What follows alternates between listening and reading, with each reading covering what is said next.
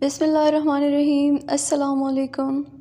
آج ہم فعل کی اقسام پڑھیں گے جو کہ فعل لازم، فعل ناقص اور فعل متعدی ہیں۔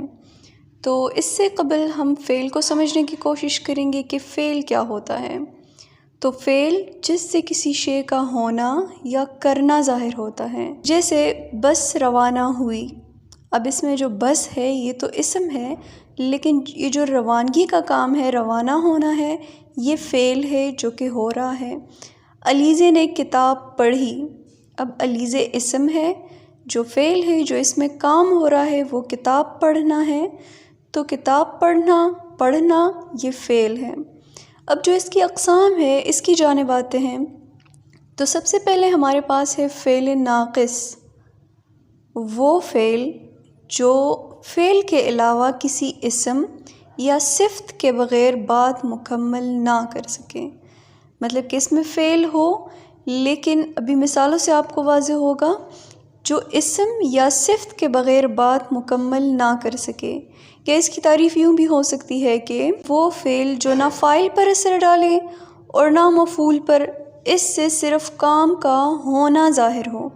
آپ نے ایک چیز ذہن میں رکھنی ہے کہ ایک ہوتا ہے کام کرنا، ایک ہوتا ہے کام ہونا، اور اس میں کام کا ہونا ظاہر ہوتا ہے۔ جیسے مثال ہے، مشال خوش ہے۔ ایک بندہ خوش ہے تو یہ کوئی ایسا کام نہیں ہے جو وہ کر رہا ہے، یہ ہو رہا ہے۔ تو مشال خوش ہے۔ اب اس میں خوش جو ہے یہ وہ فعل ہے جو فعل ناقص ہے، کیونکہ اس میں فعل کا کرنا نہیں بلکہ ہونا پایا جا رہا ہے۔ اب جیسے میں ایک اور مثال سے آپ کو مزید واضح کرتی ہوں، جیسے کلثوم ناواقف تھی۔ ناواقف مطلب بے خبر تھی، انجان تھی۔ تو اب کلثوم ناواقف تھی، اب ناواقفیت کیا ہے، بے خبری کیا ہے؟ یہ کوئی ایسا کام نہیں ہے جو لوگ کرتے ہیں، بلکہ یہ ہوتا ہے، ہو جاتا ہے۔ تو ناواقفیت کیا ہے؟ یہ وہ فعل ہے جو کرنا نہیں ہے بلکہ ہونا ہے۔ تو کلثوم ناواقف تھی، ناواقف فعل ناقص ہے۔ اب جیسے مروہ چالاک ہے، وہ ناراض ہو جائے گا۔ اب ناراض ہو جائے گا، ہم یوں تو نہیں بولتے کہ وہ ناراض کر جائے گا، ہو جائے گا، کیونکہ ناراض ہونا ہوتا ہے۔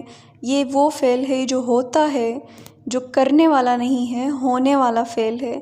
تو آپ نے اس چیز کو مائنڈ میں رکھنا ہے کہ فعل ناقص میں فعل کا کرنا نہیں بلکہ ہونا پایا جاتا ہے۔ جیسے مشال خوش ہے، کلثوم ناواقف تھی، مروہ چالاک ہے، وہ ناراض ہو جائے گا۔ ہاں، اس کے ساتھ آپ نے یہ بھی یاد رکھنا ہے کہ اس میں تینوں زمانے پائے جا سکتے ہیں۔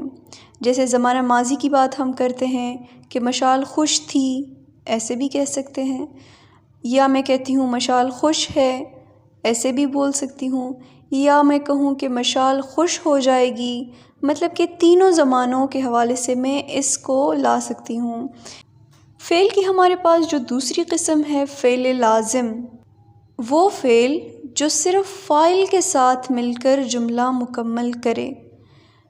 ایک تو اس کے لیے یہ یاد رکھیں، جیسے فعل ناقص میں تھا کسی فعل کا ہونا، یہاں پہ ہوگا کسی فعل کا کرنا۔ جو ہونا نہیں، جس میں کرنا پایا جاتا ہو، وہ ہمارے پاس ہے فعل لازم۔ اور دوسری بات اس میں کیا ہے کہ جو صرف فاعل کے ساتھ ہی مل کر جملہ مکمل کرے۔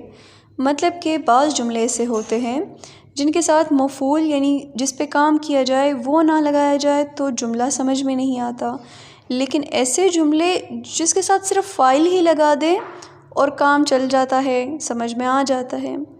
جیسے مثال ہے کہ عادل چلا گیا۔ اب پوری بات سمجھ میں آ گئی کہ عادل تھا، کوئی اسم ہے، کوئی بندہ ہے، وہ چلا گیا ہے، بس بات ختم، سمجھ آ گئی بات۔ جیسے اکثر آئس کریم والا آ جاتا ہے، وہ ٹن ٹن ٹن چلا جاتا ہے، ہم کہتے ہیں آئس کریم والا چلا گیا، بس بات ختم کہ آیا تھا چلا گیا، بات پوری سمجھ میں آ گئی۔ جیسے کہتے ہیں ہم کہ بھائی سو گئے۔ اب اس کے ساتھ میں کچھ اور الفاظ لگاؤں یا نہ لگاؤں، بات تو میری پوری سمجھ میں آ گئی، تو اور الفاظ لگانے کی ضرورت بھی نہیں ہے۔ بھائی سو گئے، بس بات ختم۔ تو ایسے جملے جو صرف اس کے لیے فاعل چاہیے ہوتا ہے اور وہ اپنی بات اپنے معنی پوری دے دیتا ہے، ایسے جملوں کو ہم کہیں گے فعل لازم۔ ایسے فعل کو ہم کہیں گے فعل لازم، جیسے اس میں چلا گیا، سو گئے، اس طرح کے جو الفاظ ہیں یہ کیا ہے؟ یہ فعل لازم ہے۔ اور چلا گیا، اب یہ کوئی ایسا فعل بھی نہیں ہے جس میں ہونا پایا جائے، یہ تو کرنے والا فعل ہے نا، چلنا ایک کرنے والا کام ہے، چلنا، سونا، تو اس طرح کے جو الفاظ ہیں یہ سارے فعل لازم ہیں۔ اس کے علاوہ ایک مثال ہے، اگر میں کہوں میں پسند کرتی ہوں، تو میں کیا ہوں؟ میں فاعل ہوں، کام کرنے والا ہوں۔ کام کیا ہے؟ پسند کرنا ہے۔ اس کے ساتھ میں نے کچھ اور نہیں لگایا، میں نے کہا میں پسند کرتی ہوں، میں نے اپنی رائے دی، بس بات مکمل ہو گئی، پوری کی پوری سمجھ میں آ گئی۔ تو فعل ناقص اور اس میں فرق کیا تھا؟ ایک تو یہ کہ اس میں فعل کا ہونا پایا جاتا ہے، فعل لازم میں فعل کا کرنا پایا جاتا ہے۔ فعل ناقص میں تینوں زمانے ہو سکتے ہیں، فعل لازم میں بھی ہو سکتے ہیں، اور فعل لازم میں کیا ہے کہ فاعل کے بغیر یہ ناممکن ہے، اس کے ساتھ فاعل لازماً لگائیں گے، لیکن باقی جو مفعول وغیرہ ہے ان کی ضرورت یہاں پہ نہیں ہے، فاعل کے ساتھ ہی یہ جملہ مکمل ہو جاتا ہے۔ اب جو فعل کی تیسری قسم ہے فعل متعدی، اس کی جانب آتے ہیں۔ ایسا جملہ جو مکمل ہونے کے لیے فاعل کے علاوہ مفعول کی بھی ضرورت محسوس کرے۔ یہ صرف فاعل کے لیے فاعل پہ اکتفا نہیں کرتا، بلکہ اس کو مفعول کی بھی ضرورت ہوتی ہے، جس کو ہم کہتے ہیں فعل متعدی۔ جیسے مثال ہے کہ شاہد نے کھایا۔ اب بہت سے لوگ سمجھ رہے ہوں گے کہ شاہد نے دھوکہ کھایا، لیکن شاہد نے اصل میں کھانا کھایا۔ تو کھایا کے ساتھ جب تک میں لگاؤں گی نہیں کہ شاہد نے کیا کھایا تو بات ادھوری ہے، سمجھ میں آنے والی نہیں ہے۔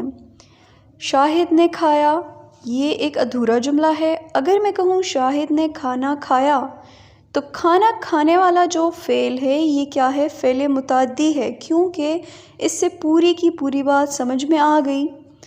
اگر اگلی مثال میں کہوں طلحہ نے استری کیے، اب کیا چیز استری کیے، کیا چیز استری کی، سمجھ میں نہیں آ رہا، بات ادھوری ہے، جملہ نامکمل ہے، کچھ معلوم نہیں۔ اگر میں کہوں کہ طلحہ نے کپڑے استری کیے، تو اب پوری کی پوری بات سمجھ میں آ گئی، اس کے لیے مفعول کا ہونا لازمی ہے۔ تو فعل متعدی کے لیے فاعل کے ساتھ مفعول کا ہونا بھی لازمی ہے، کیونکہ اس کے بغیر سمجھ میں بات نہیں آئے گی، جملہ ادھورا رہے گا، نامکمل رہے گا۔ امید ہے کہ آپ کو تینوں اقسام سمجھ آ گئی ہوں گی۔ اپنا خیال رکھیں، اللہ حافظ۔